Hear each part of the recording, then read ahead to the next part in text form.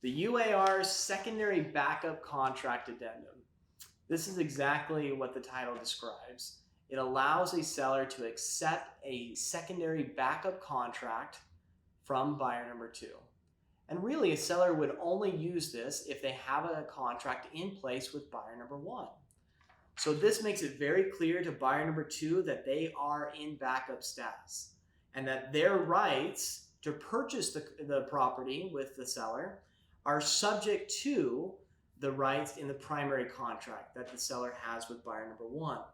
It makes it very clear that the seller has the right to modify the contract with buyer number 1 as needed. But if that primary contract is canceled, then buyer number 2, based on this form, will be elevated to primary status.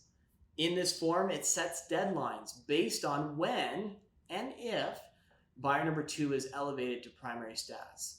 Makes it very clear and easy to understand based on section 2 of this form. It also addresses earnest money. So earnest money would be required once the seller gives notice to buyer number 2 that they are being elevated to primary status. That's something to note that's a little different than the first paragraph in the REPC, is that earnest money is due within 7 calendar days as opposed to the traditional 4. This is simply because buyer number 2 is not going to know when or if the seller is going to give notice that the primary contract has been canceled. Additionally, under section 4 of this addendum, it allows the two parties to negotiate other terms of the contract under the additional terms section. I would strongly recommend that realtors, if they're going to accept backup offers, to use this form.